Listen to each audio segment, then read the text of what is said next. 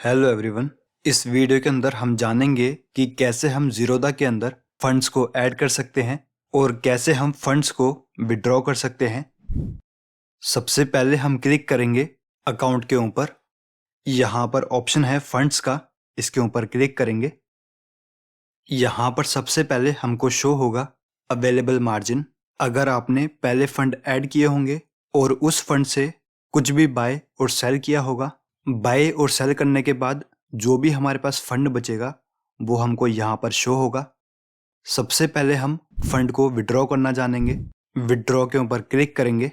यहाँ पर हमको शो होगा विड्रॉएबल बैलेंस। जो भी अमाउंट हमको यहाँ पर शो होगा हम बस उसी अमाउंट को विड्रॉ कर सकते हैं। हम चाहें तो इस अमाउंट को पूरा विड्रॉ कर सकते हैं या जितना हमको नीड है उतना अमाउंट हम विड्रॉ कर लेंगे। अमाउंट विड्रॉ करने के लिए अमाउंट टू विड्रॉ इस बॉक्स के ऊपर क्लिक करेंगे। जितना हमको अमाउंट विड्रॉ करना है उस अमाउंट को यहाँ पर हम टाइप करेंगे। अभी एग्जाम्पल के लिए जैसे यहाँ पर मैं 90 रुपीज़ टाइप कर देता हूँ। इससे पहले यहाँ पर नीचे लिखा है रिसेंट विड्रॉल्स। जब हम इसके ऊपर क्लिक करेंगे तो जो भी हमारी लास्ट विड्रॉल्स होंगी उसकी डेट और अमाउंट हमको यहाँ पर शो होगा। अब अमाउंट को विड्रॉ करने के लिए इस एरो के ऊपर हम क्लिक करेंगे। हमारा अकाउंट नंबर शो होगा। कंफर्म के ऊपर क्लिक करेंगे। हमारी अमाउंट विड्रॉ करने के लिए रिक्वेस्ट प्लेस हो जाएगी। 24 घंटे के अंदर ये अमाउंट हमारे बैंक अकाउंट के अंदर आ जाएगा। रिक्वेस्ट प्लेस करने के बाद इसको हम कैंसिल भी कर सकते हैं। तो इसको कैंसिल करने के लिए यहाँ पर हम कैंसिल के ऊपर क्लिक करेंगे। ये रिक्वेस्ट हमारी कैंसिल हो जाएगी।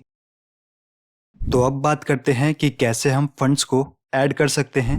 फंड्स को ऐड करने के लिए ऐड फंड्स के ऊपर क्लिक करेंगे। जो भी अमाउंट हमको ऐड करना है वो हम यहाँ पर टाइप कर लेंगे। तो यहाँ पर हम फंड्स को यूपीआई, गूगल पे और नेट बैंकिंग के थ्रू ऐड कर सकते हैं। अदर्स के अंदर हमको ऑप्शन मिल जाता है एनईएफटी और आरटीजीएस के थ्रू हम फंड्स को ऐड कर सकते हैं। फंड्स को ऐड करने के लिए आप इनमें से किसी का भी यूज़ कर सकते हैं। सबसे पहले हम जानते हैं कि कैसे हम यूपीआई के थ्रू फंड्स को ऐड कर सकते हैं। यहाँ पर मैं यूपीआई के ऊपर क्लिक करता हूँ। जो भी यूपीआई आपके एक्टिवेट होंगे वो यहाँ पर आपको शो हो जाएंगे। तो किसी भी एक को हम सेलेक्ट कर लेते हैं।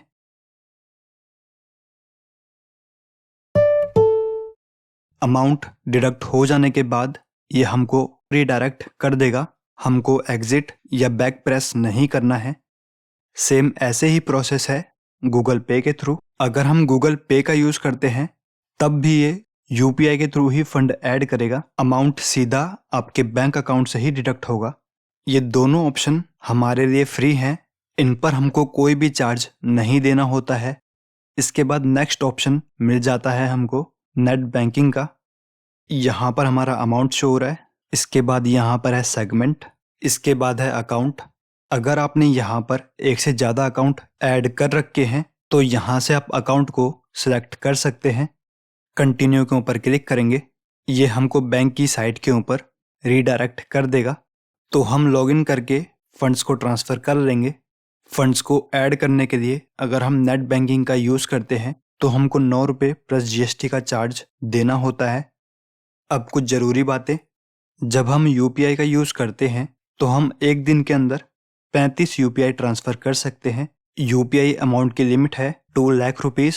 तो एक दिन के अंदर हम 2 लाख तक यूपीआई के थ्रू ऐड कर सकते हैं।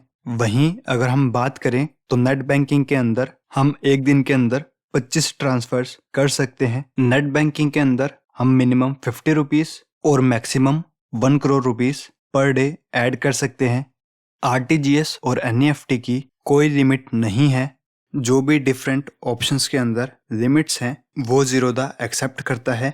इसके फर्दर अगर आप ज़्यादा अमाउंट ऐड नहीं कर पा रहे हैं तो वो आपके बैंक की तरफ से रिस्ट्रिक्शंस हैं। इसके रिगार्डिंग आप अपने बैंक से कांटेक्ट कर सकते हैं। इस वीडियो को यहीं पर एंड करते हैं।